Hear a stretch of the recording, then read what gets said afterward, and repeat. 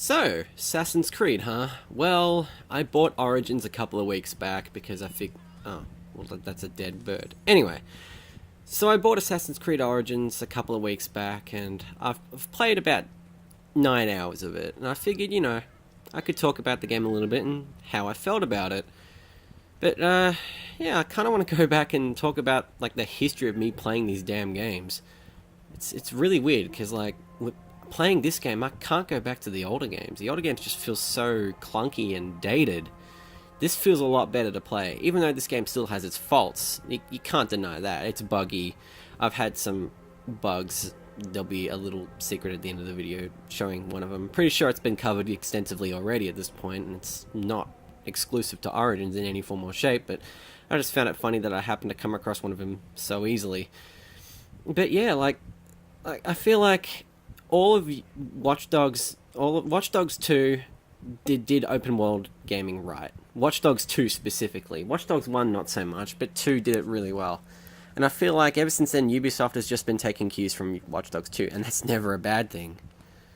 And I'm just reminded of when I first... Well, my history of this series on Xbox One goes back to when I bought my goddamn Xbox One. My Xbox One, for instance, came bundled with Unity and Black Flag, and... Well, I didn't mind Black Flag. I didn't really like Syndicate. Sorry, not Syndicate. Well, I didn't like Syndicate either, but I didn't mind. I didn't really like Unity that much. Unity was okay at best. I will admit that. It was alright. I didn't really, I just kind of went, eh. Like, I didn't play much of it, but it already felt like I'd explore all there was to see. There wasn't really much to do. The way they recreated Paris was really nice, but the game was too ambitious for the target hardware, and it was just kind of boring. Syndicate was more or less the same. I kind of, except I spent even less time on that one. Black Flag, on the other hand, though, I quite enjoyed. Like, as soon as I got to, like, the sea bits, I was like, oh, this is fun, and then I go back to the...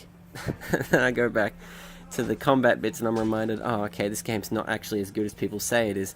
Now, you can see here, I have no idea what the fuck happened, but I guess I technically got away with assassinating him, even though it was in broad daylight and in cold blood, so everyone fucking saw. But, yeah, I mean, they've improved the controls in this game a lot more than I thought they would. I thought this game would just be another one of those Assassin's Creed games, but no, it's another Assassin's Creed game, but they've done improvements. They've definitely done improvements. I love how I just love how the combat is. The combat's a lot of fun. As I said in my For Honor video, Assassin's Creed Origins takes a lot from For Honor. Its combat with the sense of RB, LB for light and heavy attacks, locking on and blocking and all that, but blocking isn't done like For Honor at all. That's where the resemblance ends. It's just a resemblance in terms of light and heavy and the button mapping, and overall, in some cases, weapon feel. Seriously, weapon feels kind of similar, like swords kind of feel similar. So that's basically all I have to say about combat. I like how movement isn't mapped to RT, like you jumping and traversing isn't mapped to RT. I absolutely fucking hated that. I don't know why, but it just made the game feel... I don't know. I just felt like it was all automatic, but I don't know. It's not changed at all with the A button, but it's just a mental perception that it just feels better.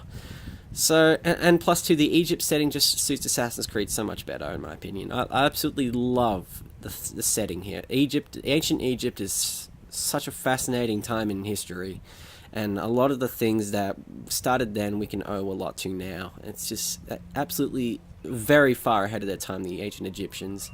You could argue that for a lot of ancient civilizations too. It's a fascinating thing just to look back on. I very vividly remember learning about this type of stuff in secondary school history, and I was actually really dedicated and really keen on learning a lot more about this sort of thing. So I just found it all so interesting, and to see such an interesting period in history replicated quite nicely in a video game is just great. It really feels great.